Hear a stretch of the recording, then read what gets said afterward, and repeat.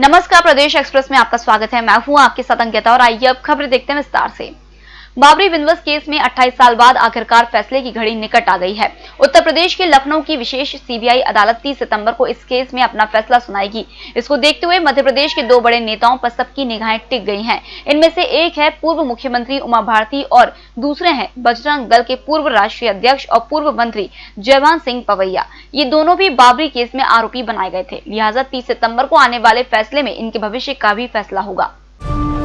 ग्वालियर जिले के डबरा में पदस्थ एसडीएम राघवेंद्र पांडे का कोरोना वायरस से निधन हो गया। कोरोना रिपोर्ट पॉजिटिव आने के बाद उन्हें दिल्ली के एक अस्पताल में भर्ती कराया गया था, जहां इलाज के दौरान आज सुबह वे कोरोना से जंग हार गए। जानकारी के मुताबिक एक सप्ताह पहले कोरोना के लक्षण दिखने पर उन्होंने कोविड-19 चेकअप कराया था, जिसमें उनकी रिपोर्ट पॉजिटिव आई थी, जिसके बाद वे एक सप्ताह से दिल्ली के एक अस्पताल में भर्ती थे। अतिथि विद्वानों को अभी नियमितीकरण नहीं किया जाएगा और न ही अभी तक इस संबंध में राज्य सरकार ने कोई योजना बनाई है। इस बात की जानकारी उच्च शिक्षा मंत्री मोहन यादव ने विधानसभा सत्र में जीतू पटवारी के द्वारा पूछे गए सवाल के जवाब में दिया है। उच्च शिक्षा मंत्री मोहन यादव ने विधानसभा में जवाब देते हुए कहा है कि कांग्रेस सरकार अतिथि विद्वानों की नियमितीकरण करने जा रही थी। इसके लिए तत्कालीन उच्च शिक्षा मंत्री जीतू पटवारी ने राज्य सरकार को 15 मार्च 2020 को पत्र लिखा था। इंदौर में लॉकडाउन के साथ 24 मार्च को बंद हुए धर्मस्थलों के दरवाजे 189 दिन बाद मंगलवार को आम भक्तों के लिए खोल दिए गए। कलेक्टर मनीष सिंह ने सोमवार शाम आदेश जारी कर कहा कि आमजन सोशल डिस्टेंसिंग के साथ मास्क लगाकर दर्शन प्रार्थना कर सकते हैं। मंदिर के पट खुलते ही सुबह से ही भक्तों का मंदिर पहुंचने का सिलसिला शुरू हो गया। इंदौर में खजराना गणेश, रंजीत हनुमान मंदिर, बड़ा गणपति सहित सभी मंदिरों में भक्तों ने अपने आराध्य के दर्शन किए।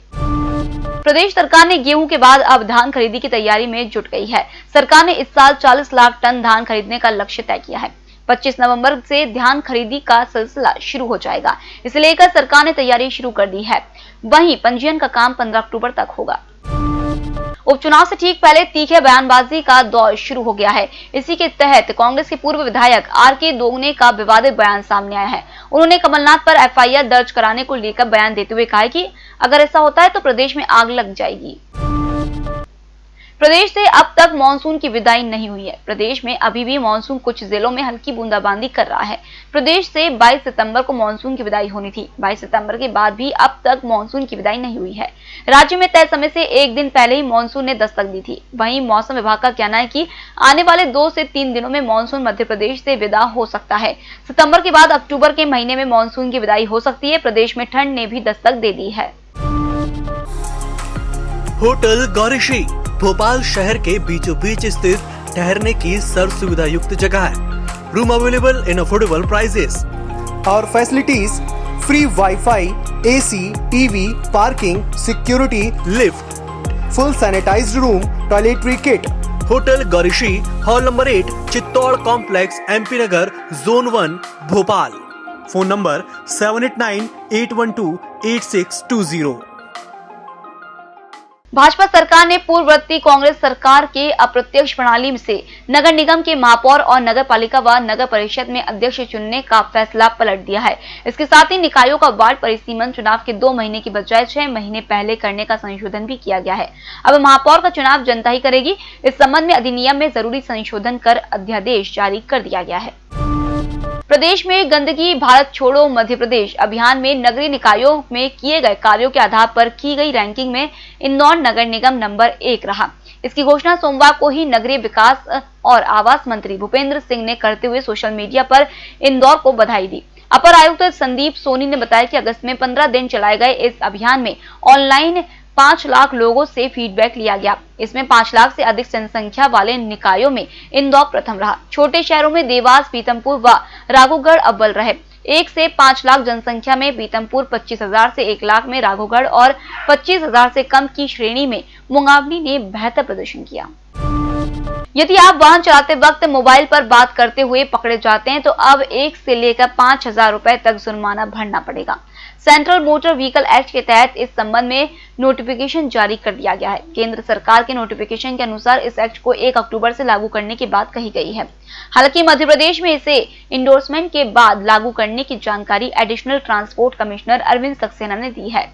डीएसपी ट्रैफिक पराग खरे के अनुसार अब तक मोबाइल पर बात करते हुए ट्रैफिक पुलिस द्वारा वाहन चालक के खिलाफ सेंट्रल मोटर व्हीकल एक्ट के तहत 500 रुपए का जुर्माना किया जाता है। अब नया प्रावधान लागू होने पर ट्रैफिक पुलिस उसी के अनुसार कार्रवाई करेगी।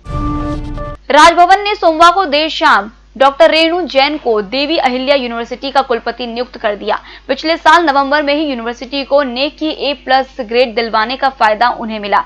26 सितंबर को ही राजभवन में कुलपति चयन कमेटी ने 20 दावेदारों के इंटरव्यू लिए थे। डॉक्टर जैन कोरोना पॉजिटिव होने के कारण भोपाल नहीं जा पाई, लेकिन उन्होंने ऑनलाइन इंटरव्यू दिया था। इसी से अंदाजा लगाया जा रहा था कि उन्हें दोबारा कुलपति बनाया जा सकता है। प्रदेश में पन्ना और छतरपुर की खदानों में निकलने वाले हीरे की ग्वालियर में तराशने के लिए प्रोसेसिंग यूनिट लगेगी। इस यूनिट में प्रदेश में मिलने वाले कच्चा आयरन और लाइम स्टोन को भी तैयार किया जाएगा। यह बात केंद्रीय इस्पात राज्य मंत्री फग्गन सिंह कुलस्ते ने कही। उन्होंने कहा कि प्रदेश के युवाओं को अधिक से अधिक रोजगार के अवसर मिले सके, इसके लिए ग्वालियर के साथ ही इंदौर और जबलपुर में प्रोसेसिंग यूनिट लगाने के लिए सर्वे कराया जा रहा है। होटल गौरीश्री भोपाल शहर के बीचों बीच स्थित ठहरने की सर्व सुविधा युक्त जगह है। Room available in affordable prices और facilities free wifi, AC, TV, parking, security, lift, full sanitised room, toiletry kit.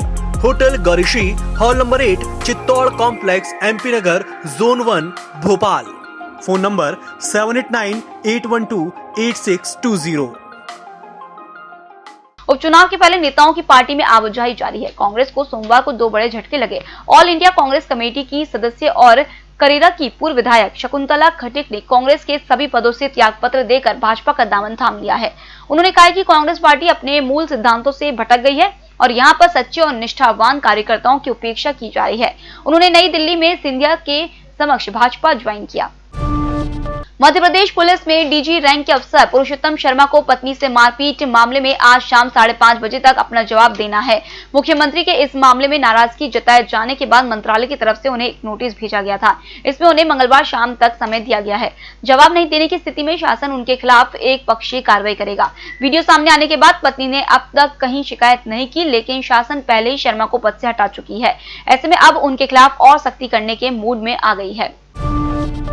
Bhajpa ने उपचुनाव की 28 सीटों की जिम्मेदारी 19 मंत्री, 25 लोकसभा और 2 राज्यसभा सांसदों के साथ 90 विधायकों को अलग अलग टीमें बनाकर सीटें सौंप दी हैं। ये टीम पूरे चुनाव का संचालन करेगी। टीम में केंद्रीय मंत्री नरेंद्र सिंह तोमर व प्रहलाद पटेल के साथ पार्टी के पूर्व प्रदेश अध्यक्ष व लोकसभा में मुख्य सचेतक राकेश सिंह व वरिष्ठ सांसद नंद कुमार सिंह चौहान शामिल है। बताया जा रहा है कि राष्ट्रीय संगठन महामंत्री BL संतोष के निर्देश पर यह टीम बनी है। राजस्थान और पंजाब के कुछ हिस्सों से मानसून की विदाई शुरू हो गई है। अब मध्य प्रदेश से भी 2-3 दिन में इसकी विदाई शुरू हो जाएगी। इससे पहले ही भोपाल समेत मध्य प्रदेश में ठंडक ने भी 33 दिन पहले दस्तक दे दी है। देर रात से सुबह तक ठंडक महसूस होने लगी है, क्योंकि रात का तापमान भी कम होने लगा है। भोपाल में रात का तापमान 22.2 डिग्री दर्ज किया गया। पिछले 48 घंटे में इसमें 2 डिग्री की कमी आई।